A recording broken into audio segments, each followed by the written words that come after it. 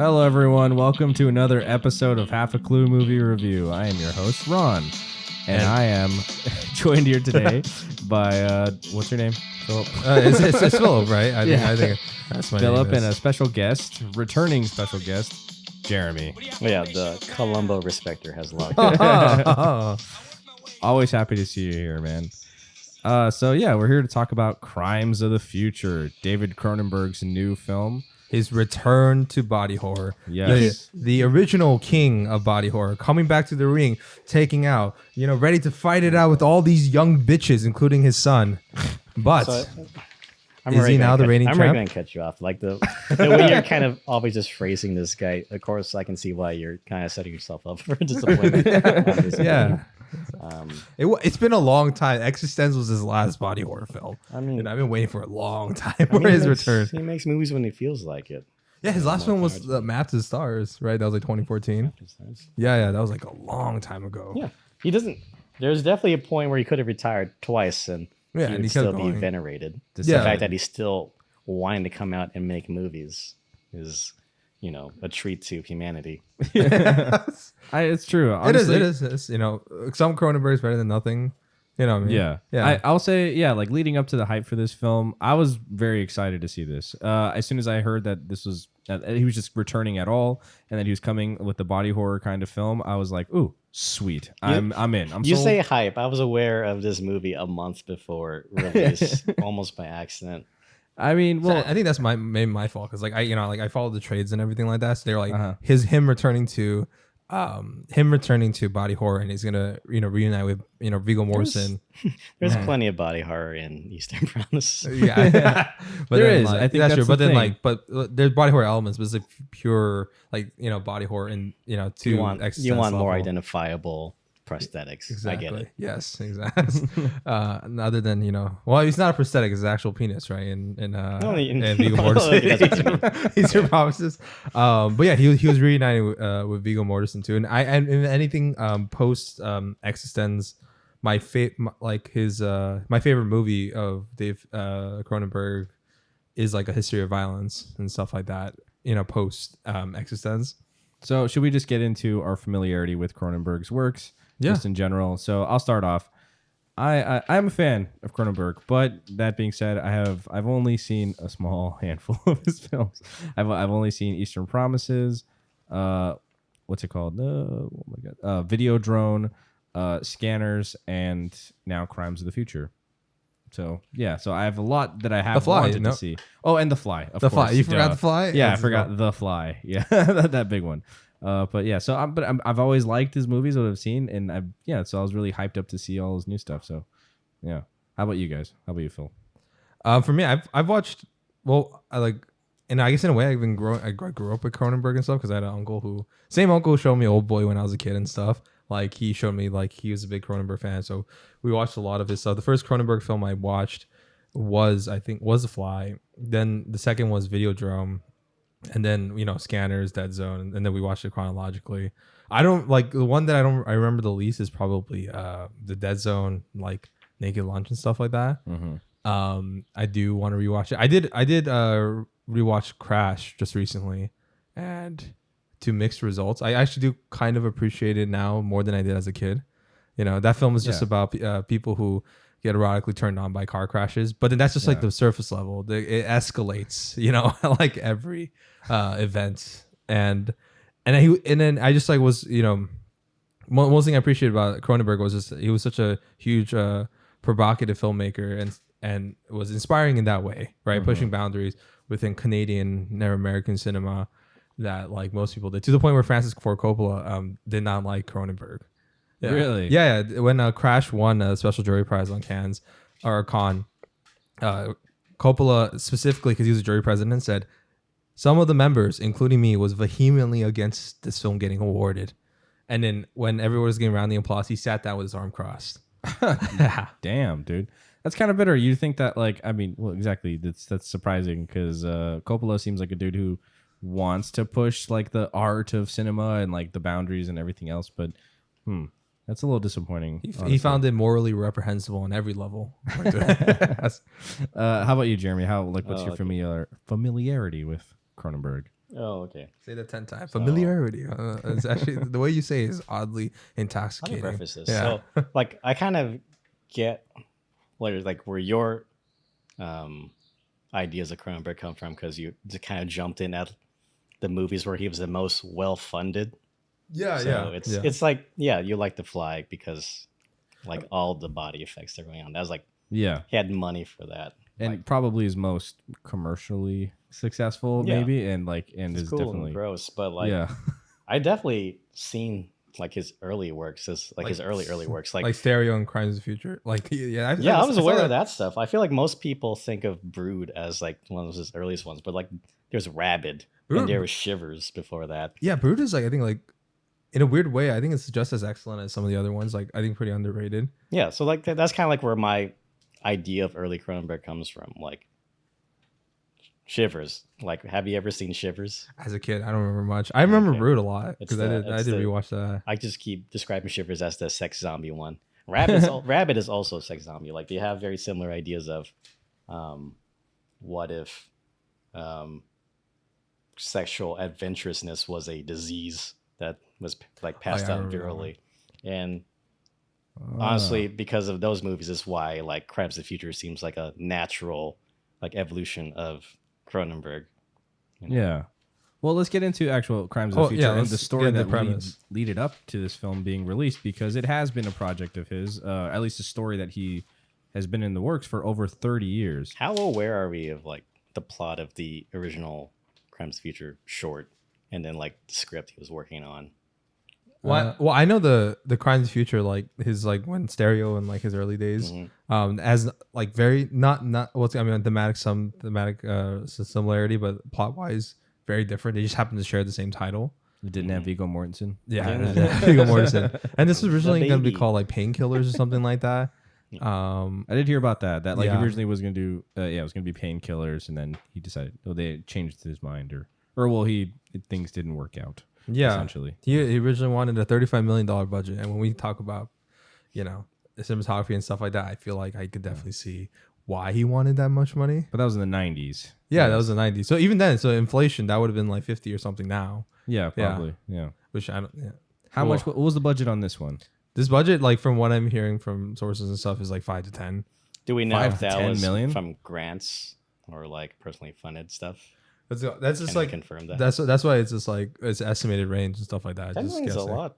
Yeah, but I mean, for someone like Cronenberg, I guess you would hope or expect that like he would actually get like, I don't know, what's kind of because he usually the bare minimum for like a feature for someone of his stature. You know what I mean? Like you say that, but like it's harder nowadays. He's definitely past his prime for fundability. Like Naked Lunch was like the last one. That's true. I think Naked Lunch is great. I know that title is misleading. No, I think his last fundability was like Eastern Promises or something like that. But even then, I was getting closer to indie scale. Like they're shooting in practical locations in Europe. Yeah, right. And then Dangerous Method and their dip in budget, and Cosmopolis was like an indie level, which I still enjoy. Genius in a limo. Yeah, I was gonna say, isn't it like most of it just in a limo? Yeah, which I still enjoy. And we'll get into old and new Cronenberg. And Map to Stars was real cheap. That one worked for the story that he was trying to tell. I personally didn't like it that much. Yeah, I mean, he did go to Netflix though. He did try to get them by, but apparently it's good that Netflix ultimately like didn't help him out. Yeah, 4K UHD. something. It would have been. I wonder what that would have been like. But I think they were the wrong company to. I think that was the wrong company to go to. Like I felt like it could have been someone like Amazon. Like people forget. Like I mean, people didn't like Power of the Dog and stuff like that. But like a lot of actual Netflix original productions are very conservative in terms of the material. Like an original Netflix production is like Red Notice. Yeah, the Rock, the Gal Gadot. Cookie cutter, enjoy everybody. Yeah, they want films. They want to put it up and say, "Look, here's our top 10. Everyone's watching this. You should watch it too." they don't want to be like, "Here's our top 10." There's a number next to it. Yeah, exactly. It's like Power of the Dog. They're like, "Oh fuck, yeah, it's in there." It was like number one film actually for a bit. Yeah, that was like the weirdest number one film. And I will say I had mixed feelings about Power of the Dog. I think ultimately it's still a great movie, and we're not here to talk about it. But it's just kind of funny that like I think there were so many more people that were watching it that I don't think understood that this was supposed to be a little bit more of like, this is a kind of a little bit more art housey kind of thing, So then they were just like, what Netflix the hell is this? is not good at prepping their audience for what they have on display. Yeah. Imagine they're like, all right, guys, here's Crimes of the Future. It would get lost too. It seems insulting to assume that Cronenberg would actively seek funding from those types of streaming platforms. This is an indie movie through and through. I mean, he did. I mean, originally, I don't think it was. I think he like revised the script to make it an indie film. And that's fine. That's part of the process. Ultimately, like you can see it in the dialogue. Like the heart of it is just like Viggo Mortensen's character just trying to figure out if he's still relevant in the art scene he created. Yeah, and it's, you see, like, I mean, this being a project that's over 30 years in the making, there's going to be a lot of revising and trying to modifying it. Yeah, just whatever, trimming away, like literally cutting out a third act. Things he's known for. Like that just means less prosthetic models. So be it. Like the core of the story is there still. Right, that's true. All right, so let's start with the basic premise. So this is in like somewhat the near future, right? The future. What's it called? An ambiguous amount of time has passed. Right, and then we humans have evolved to the point where everyone wears cloaks. Yeah, not exactly. What's it called? I mean, I think the body just went through some type of evolution where some people have. I think it's like advanced evolution syndrome, where they like Viggo Mortensen's character stands. Basically everyone starts having like advanced humans are in well, not everybody though. It's like or most people, yeah. Some people have like organs growing, or some people just have the reduced nerve endings or something like that. Yeah, so people don't really feel pain anymore. Yeah. Most people. That's theme one. Like whatever we did to the Earth, where humans are kind of being weird now, and just like normies are trying to be like police that. Exactly. Yeah. And now Saul Tenser is along with his partner Caprice, they are performance artists where they perform live surgery. How long into the movie did you realize whose everyone's names were? Like movies like this, there's certainly like a grace period where you have to absorb their accent and then you figure out what their names are. I knew the two ones early because that one was those are the ones repeated the most. But then in terms of Timlin and Whippet, it took a bit. Oh, Timlin. Funny enough, it was actually Timlin was the name I remembered. I think probably the first, because like, this is Timlin. I was like, what was that? Timlin? No. It's like, that's a name. And Whippet?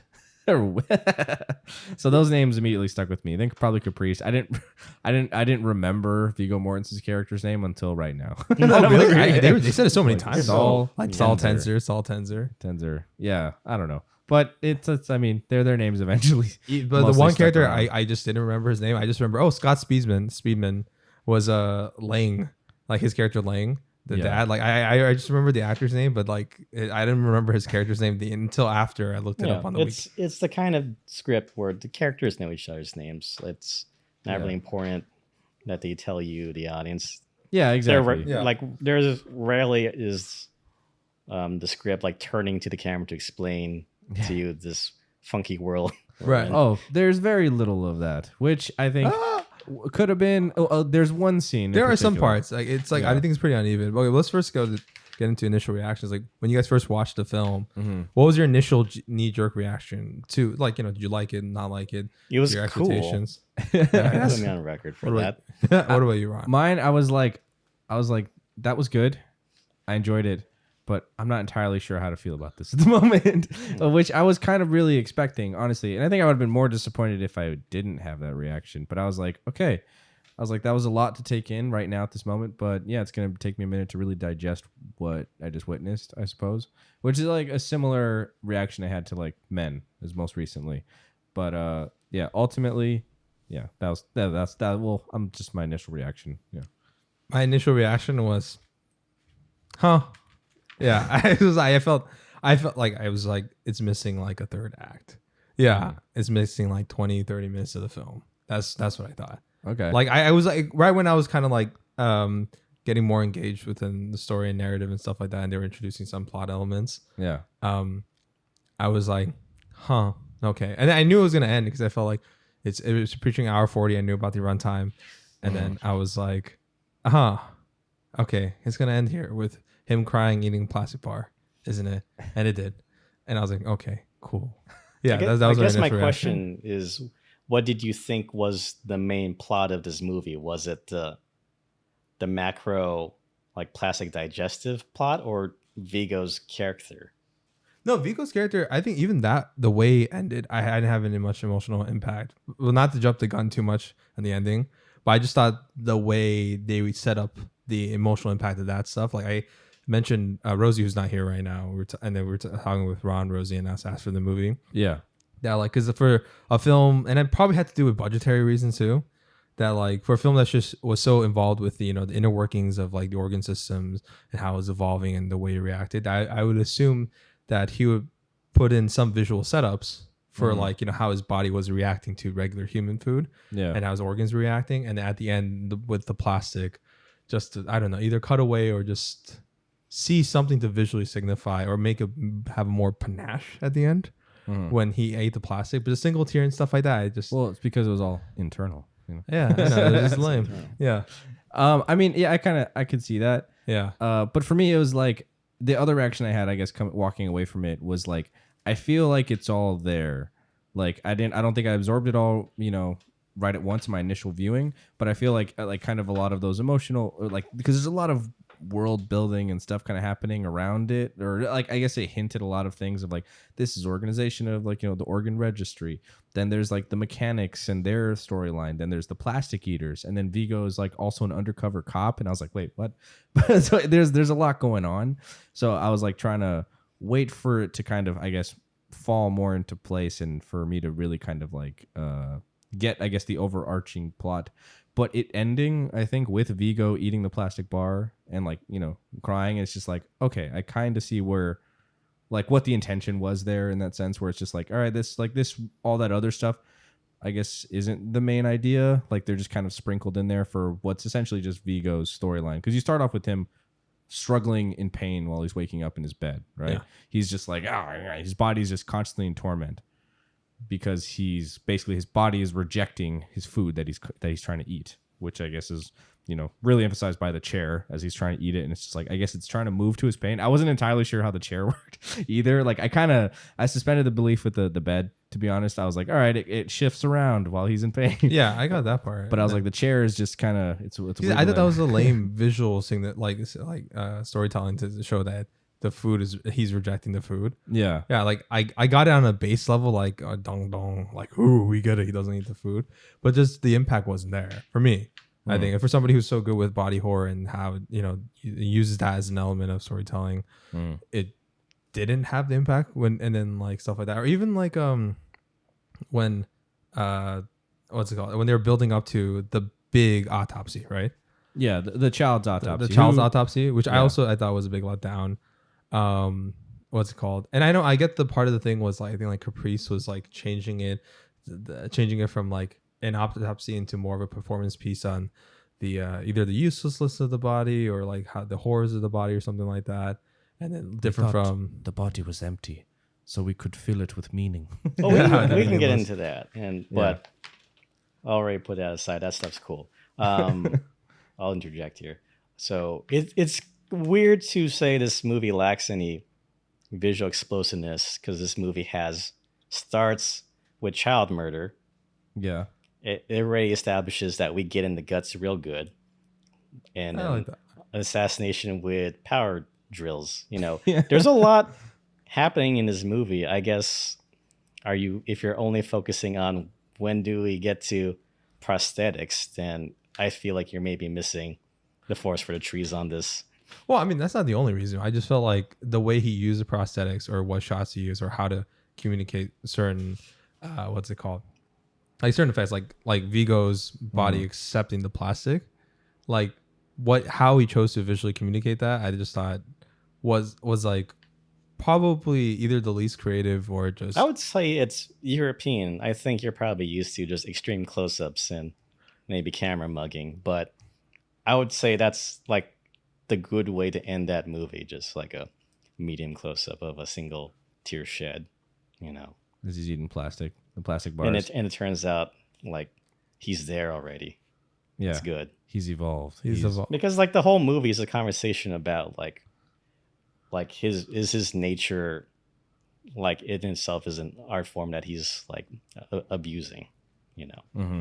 Like, do we want to rewind a bit and talk about what's up with Viggo Mortensen's character? Yeah, right, he has the advanced evolution syndrome. I think AES, right? That's what he said. So essentially, yeah, like his character is like sprouting new organs, and he's pulls them out of himself in like different various art shows, like different pieces. It's like dual function. Like he's disgusted by himself, so he's cutting the organs out, but then also making a big show of it. Yeah, and then by that, like a whole art scene kind of evolved around him. Just, you know, body mutilation is cool.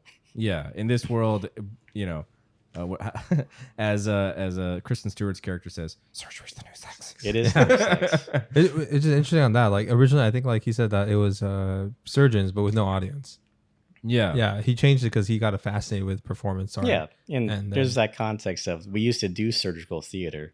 You know, it's pretty cool. Right. Which I think is like 1990s and stuff. Yeah, that's like I think that's kind of interesting too. That's one of the like the ideas that I really did enjoy about this movie was, I guess, how it really like a lot of Cronenberg's works, like really just has you questioning your body and everything else, like pushes it, like, you know, the theatricality of it and everything, where it's like, yeah, we did have people that used to just watch surgeries, and I think you can even do that sometimes still. I don't know if that's actually still a thing. But it's not like a national thing. Yeah, no. I mean, I'm thinking like Seinfeld, you know, like when he's like watching this surgery. Well, I mean, I know they did that in like, I mean, the Nick covered that too, in like in the East Coast or even in Europe, where, you know, when they're inventing like new surgeries, like the C-section surgery or cesarean, they would just test it constantly on like either volunteers or just people who are about to die soon. Yeah, and then, you know, they would see like literally a live mutilation or success. Yeah. No anesthetics, no nothing. It's just we're cutting in. Sorry, bite on this. Okay, and then that's it. So like I don't know, that part of it was pretty fascinating to me, and we definitely. By the time the story starts, we've reached like Viggo Mortensen's character, like at the end of his career, essentially. Like he has no more organs to give. There's like there's newer, younger artists that are kind of pushing the boundaries. Yeah. And it takes them forever to make one something to kind of dig out. Yeah. And that's the stuff probably I like the most. The, you know, the commentary on the art world and stuff like that, and also maybe the relationship between the artists and the corporate. And in a sense, the corporate is, I think, Vice, the department, or the people who identify the organs. All those like larger world, like building aspects are kind of fun in how they're dealing with the budget restraints to show that. Like it's warehouses, it's shipyards, it's the back of a building. That's like those are all the sets we're dealing with.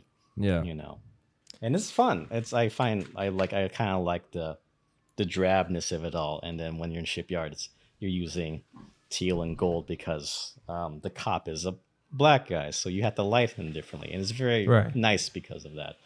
So I thought it was really cool to just those scenes, a very staged conversation between the cop and Viggo. Like he's just constantly in a death shroud, essentially. Well, that's a big discussion, or that's something I really want to touch on too, is the cinematography, because I think that's been a topic of debate, at least with me and Rosie and a few other people. Yeah, where it's like, I've heard it's a very toned down film. A lot of it is very. I didn't recognize it as bad. It's not bad filmmaking. It's what I call European filmmaking.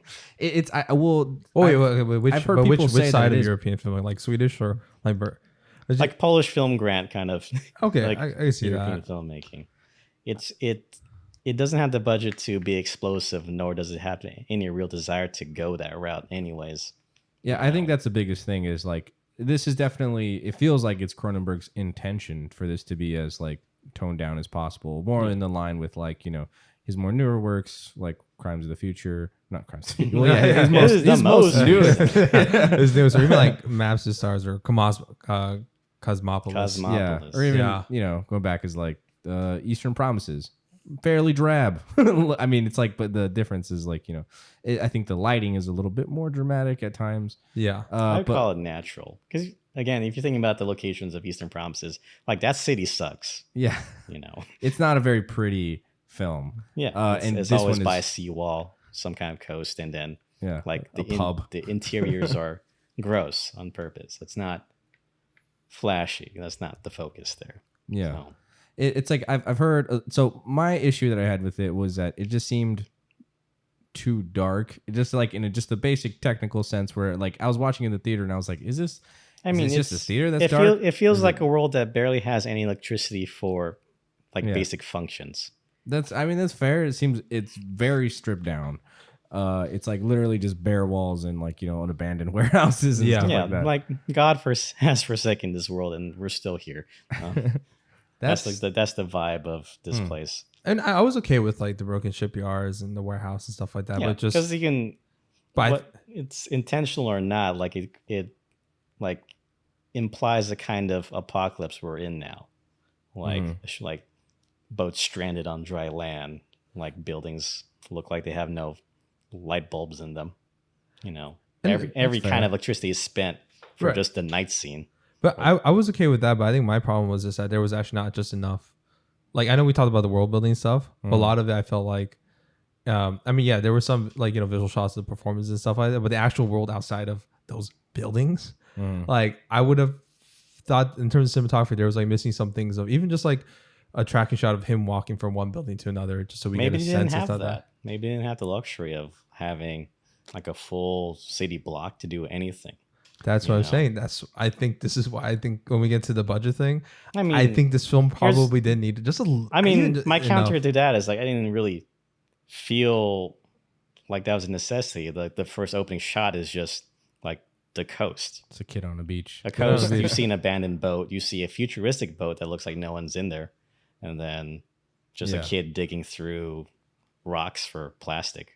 I feel like that's probably the. Do you need grand sweeping drone shots? Oh no, I don't even need grand drone shots. It's literally just him walking in an alleyway and seeing it, or just like characters do walk through alleyways. It's the kind of world where every walkway is an alleyway.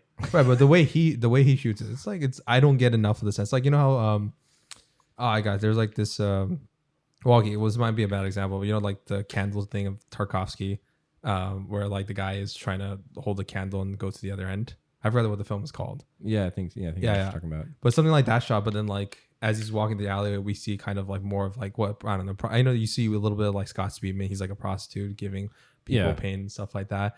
Or seeing just a little bit of those elements or those people and what they're doing, or like a shop with no lights or anything, just to give me more visual details into this world, because it is kind of fascinating.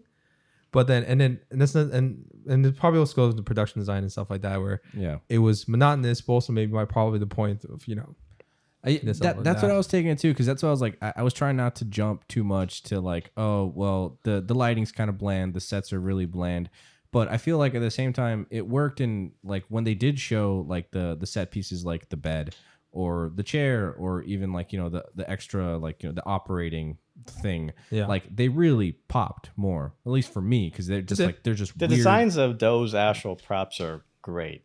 And then even like the surgery scenes, whereas it's like, oh, like that the flash of the color of like the red and blood or whatever, the organs and stuff, like they seem to really stand out more, at least when I first saw them. It's like your mind can fill in the gaps of like what kind of weird future we're in, where like this, like the human set design is so sparse, everything's weirdly or like not gratuitously lit, and then you see something like the Sark, which is just looks like alien technology. Like, where did our priorities shift? It's like we started building these things, and like I haven't seen which Cronenberg movie is it where there's like a bone gun and stuff like that. eXistenZ has that too, right? There's Videodrome. Videodrome has the horny one gun. It has a gun that's like that's into the hand. That's intense. Well, eXistenZ also has a weird bio gun too. Do we need to stop and edit out this part because you just kind of said out loud you don't remember Videodrome all that much? No, I know Videodrome like has like the one obviously at James Wood's like I'll admit it's been a long time since I've seen Videodrome. Get it on Criterion Blu-ray. Yeah, absolutely. That's the movie I wanted. Videodrome's great. It's very horny. It's I think it's a lot of his films. I think that's I mean, so let's detour this a bit. So I feel like Cronenberg is like, when you think of Cronenberg, I think a lot of people just think about the body horror prosthetics, and that came eventually. But like even before he had the budget to work with all that, it was just like low scale sci-fi horror, and it was just like a lot of his scripts were just about like sex. Like Shivers and Rabid was really just about like a woman just like on the make and like just kind of freaking out Protestants. Yeah. You know. I mean, I'm going to coin a term here. Cronenberg is sex punk. Sex punk. I like that. Yeah. Cronenberg, like you can define it as sex punk. Honestly, like well, you never lost when you have that. time after, like seek out Shivers, seek out Rabid. You'll kind of get where I'm coming from. I mean, in like how was it, The Dangerous Method, the Sigmund Freud and Carl Jung film and stuff. Like Keira Knightley plays I think like a character who has like a sex kink, or she like the only way to her get turned on is to be absolutely punished and like, I think that's life physically punished. I think there's definitely what are they like sadomasochist? Yeah, sadomasochist. Right? Yeah, like Carl Jung is like right. Yeah. Well, all I'll say is like in consecutive order, Cronenberg did Shivers, Rabid, then The Brood. Do a triple feature even. Just watch all three of those in a row.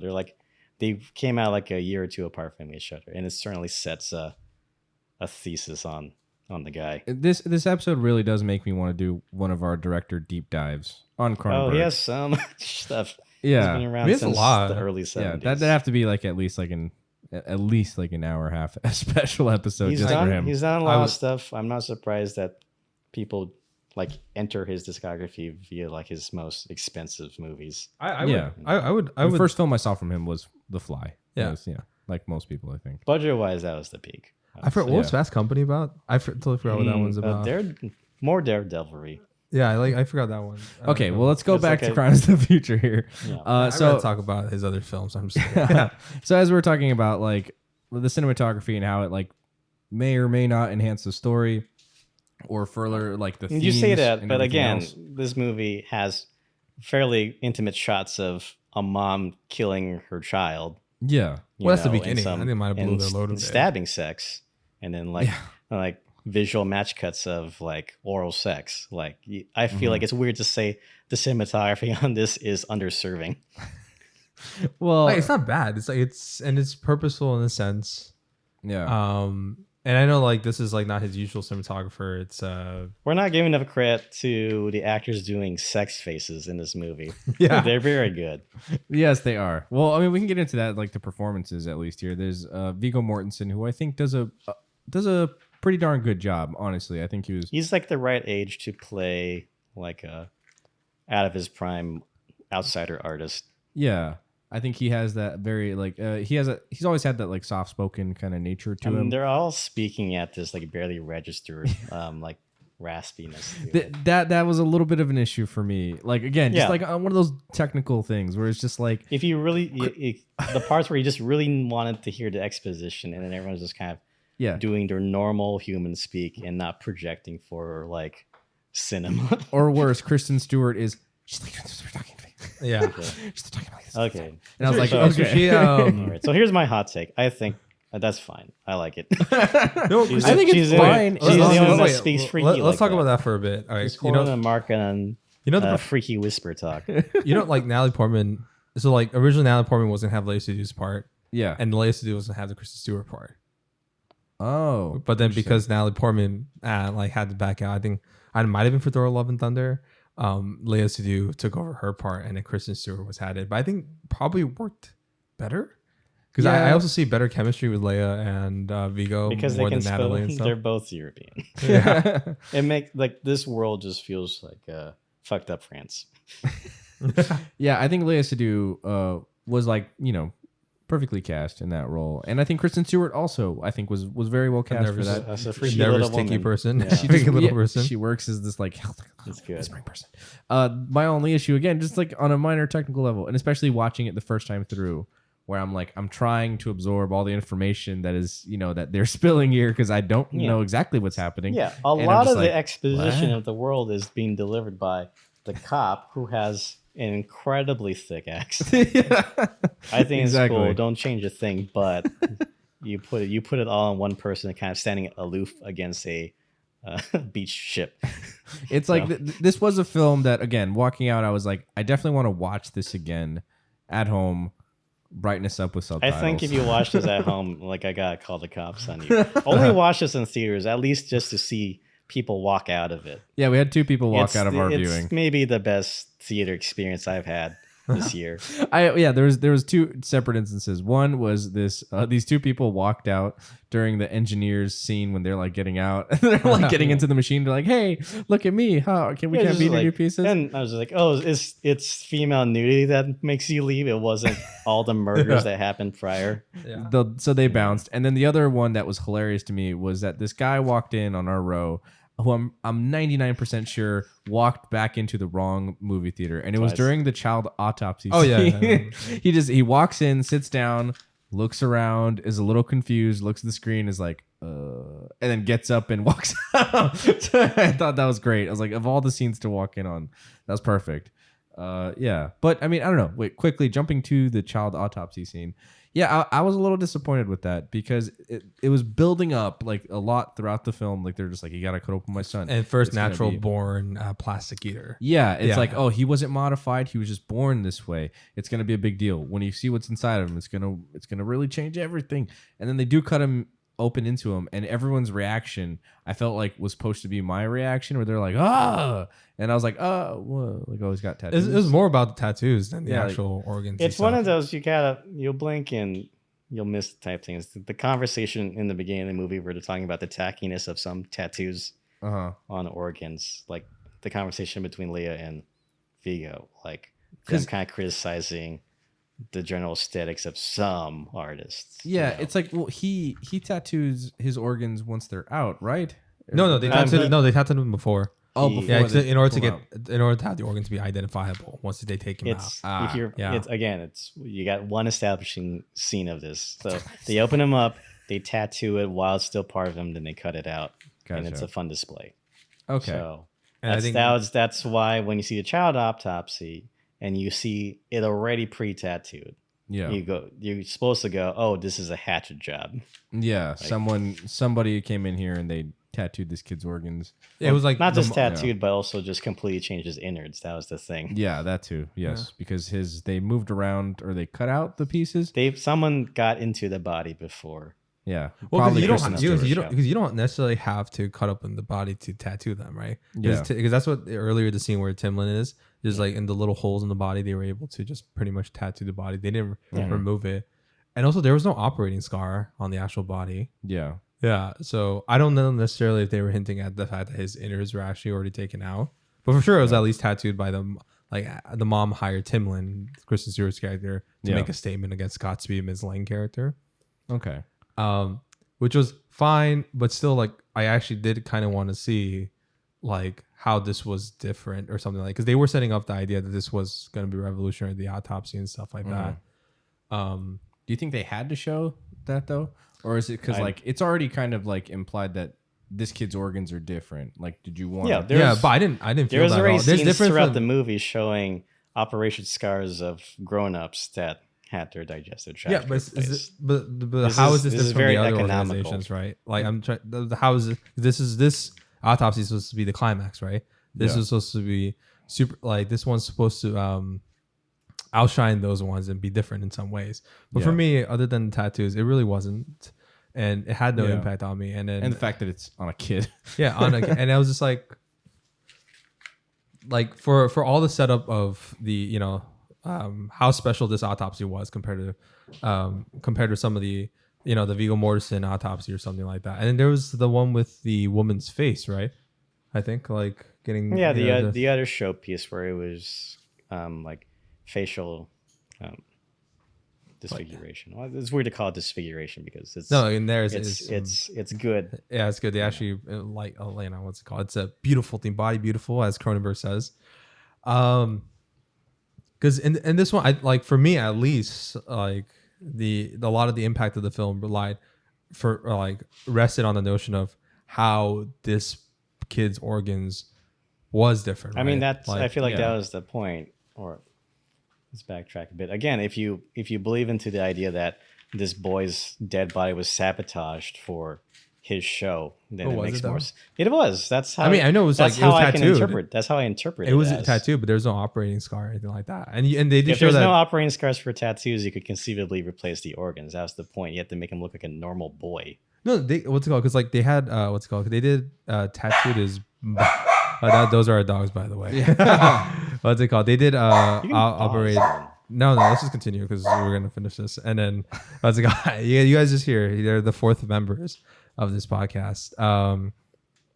Because what's it called? Because they did like tattoo his bodies earlier and stuff like that. And then like, when they did the operation, like the scars were like minimal at best. Remember? Yeah. Like, afterwards and stuff. Because when Timlin they kind of like sew him back up, and he does show later. They had a dead boy in a freezer for like 3 weeks. Yeah. So. And I don't even know if that was the right approach. If it was sabotaging the organs for change and stuff like that, because. For me, it's just like that. It made it a deflated climax. So you can read into the subtext of this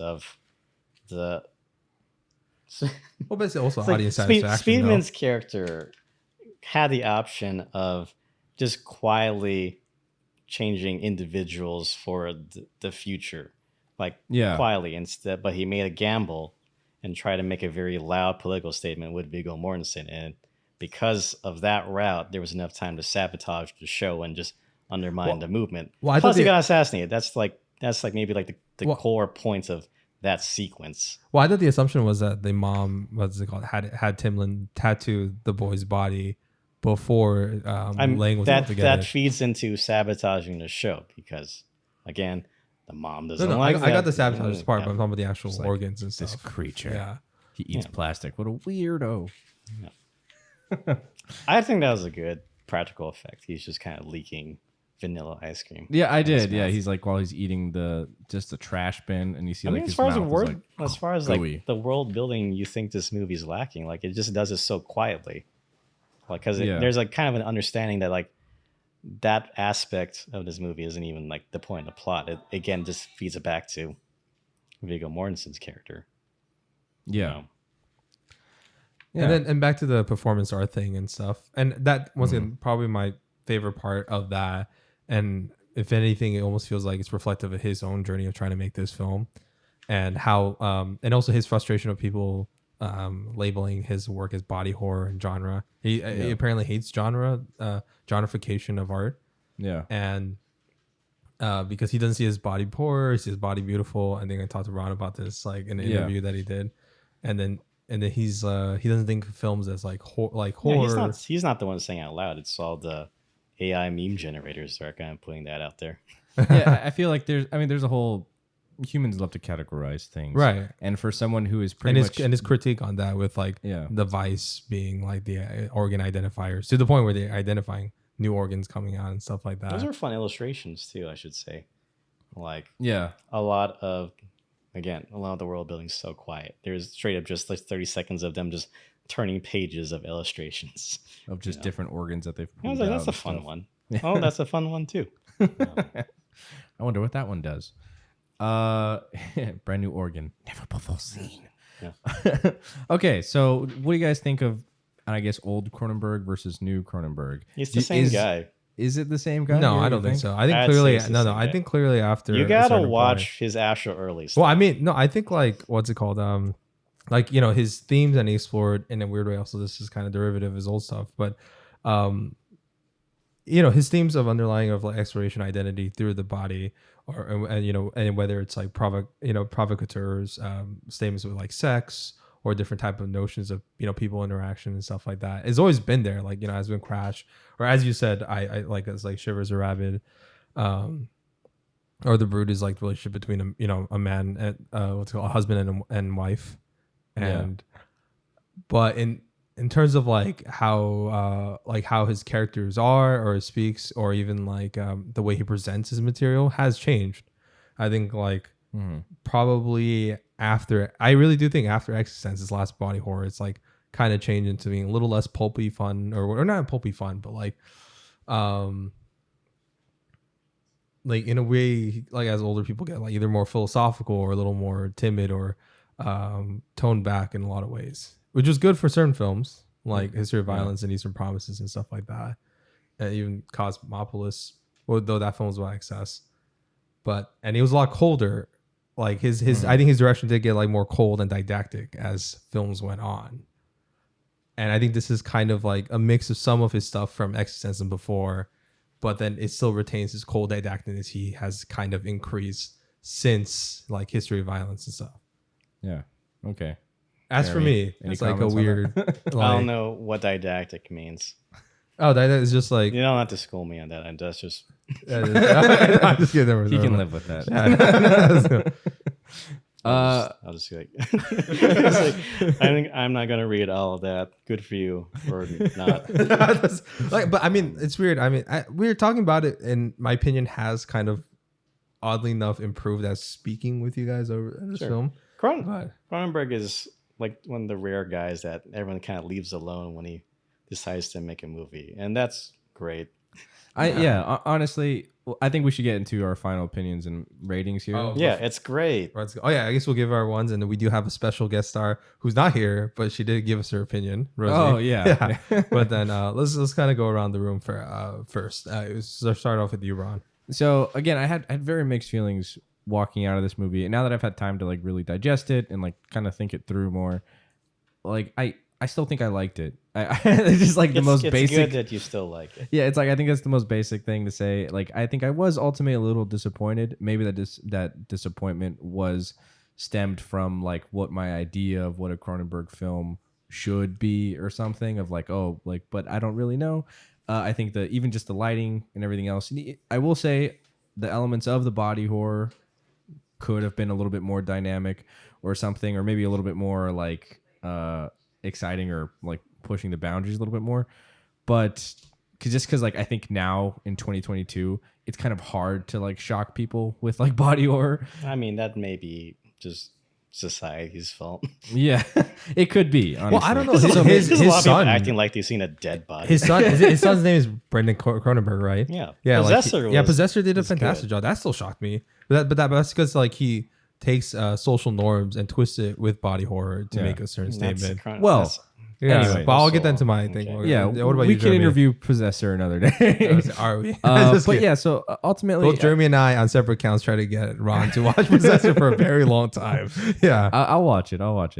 20 years later, I did enjoy it. Ultimately, I think I understand a lot of the criticisms coming at it. It's hard for me to like. It's like to balance. They're all cowards. Cowards? How are they cowards? Wait. Okay. Ron, give your rating, and then let's go to Jeremy. I haven't read a single thing they said, but let me finish up.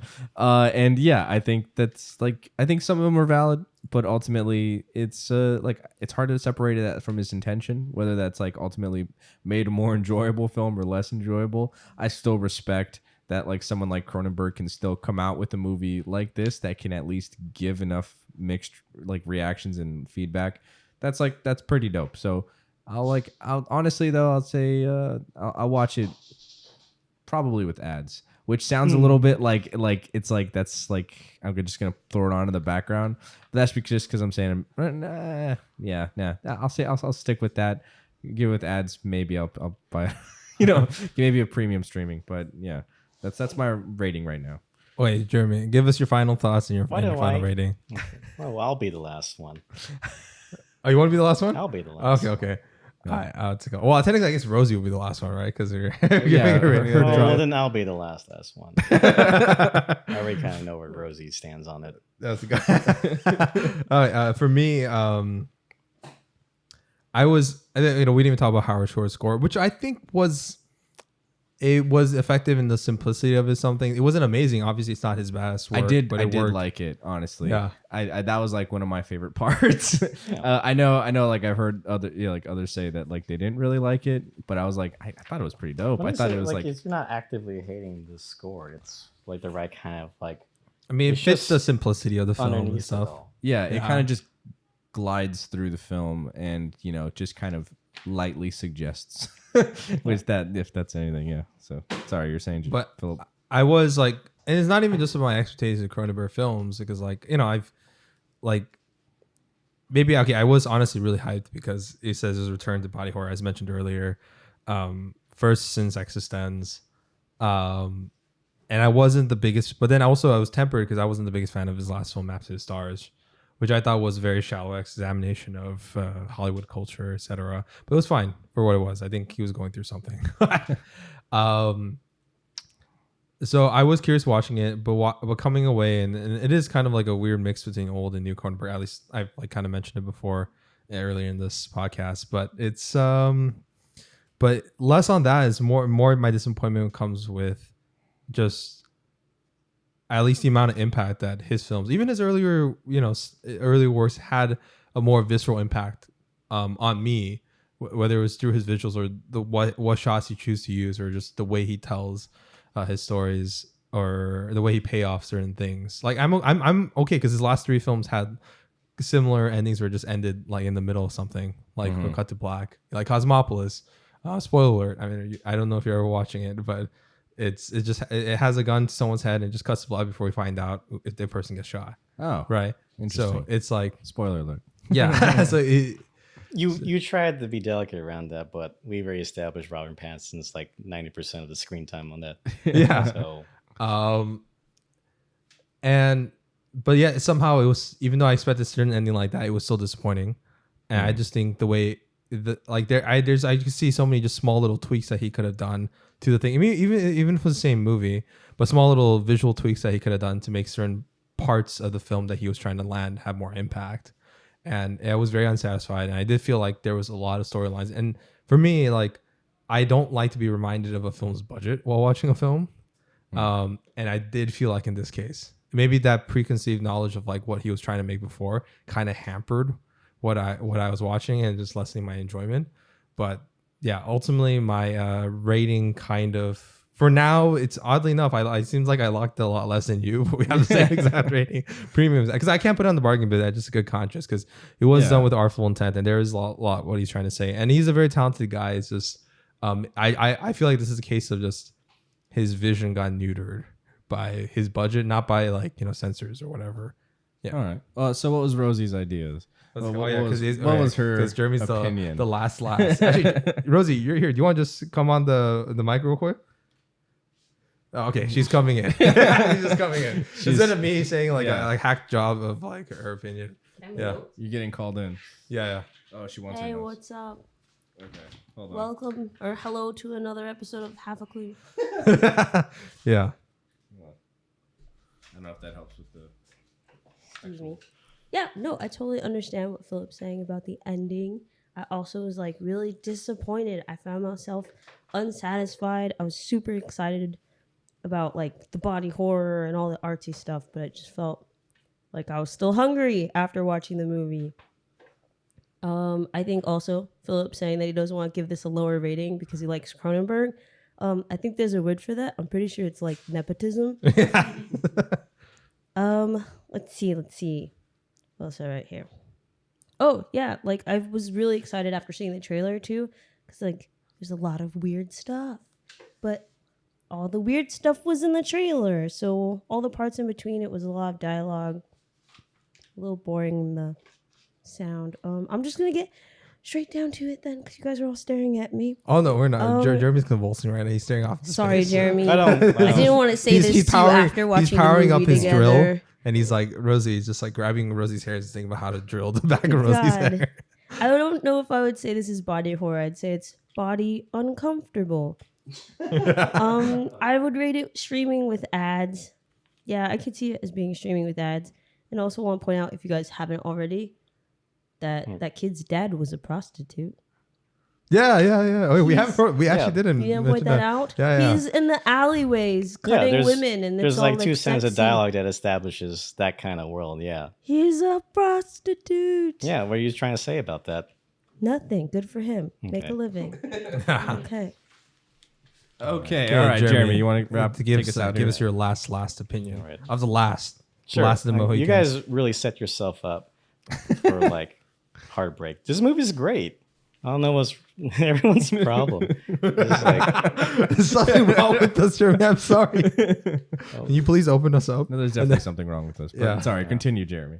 This is like what years of memeing Cronenberg does to people. So, like at the heart of this movie, it's just like a really quiet conversation about an artist trying to figure out what it is about his career that like has actual meaning to him. And but because it's a Cronenberg movie, the metaphors for this is just biotransformation for just like a really underground crowd of freaks. It's good. As far as like the world this character exists in, it's hinted just enough that we know we're kind of past the points of no return with normalcy, which is why it's funny to have like a cop division whose whole thing is to police normies. Yeah. So, it's a fun metaphor for just like an artist trying to make like a last stand for himself visual, like as far as being a relevant art scene. Like there's plenty of scenes where like he's off hours and he's just kind of skulking around performances and just seeing younger people being more daring with their bodies, and his response is to like dismiss them. I was like, they don't know what they're talking about. Like there's literally a guy dancing with ears sewn onto him. Again, this movie is visually striking. There's again the movie opens up with child murder. And before that, also just like practical effects of a child just eating plastic. Like there's already a lot of bravery in this movie already. Like, and you're also kind of glossing over the amount of female nudity present in this movie, plus a lot of just like intimate moments where just like body transformation as a metaphor for sex. Like, did you memory hold the scene where he put a zipper in his body? Yeah. And then in just a dark alley, he's being given oral sex by Lea Seydoux. Yeah. No, that's by her looking. Yeah. That was honestly the most I guess titillating scene. Yeah, it's good. I like that. It's good, Like, and everyone there's sparks of brilliance in the film. Yeah. There's enough of it to like propel the story forward. Like the ending sequence where they open up the child's body and it's like a hoax or just like a tacky performance. Like absolutely not what like Viggo Mortensen had in mind. Like the story is less about where the world is going than it is like it's more about epiphanies on Viggo's side, because he's been kind of coaxed into caring about performing again from Scott.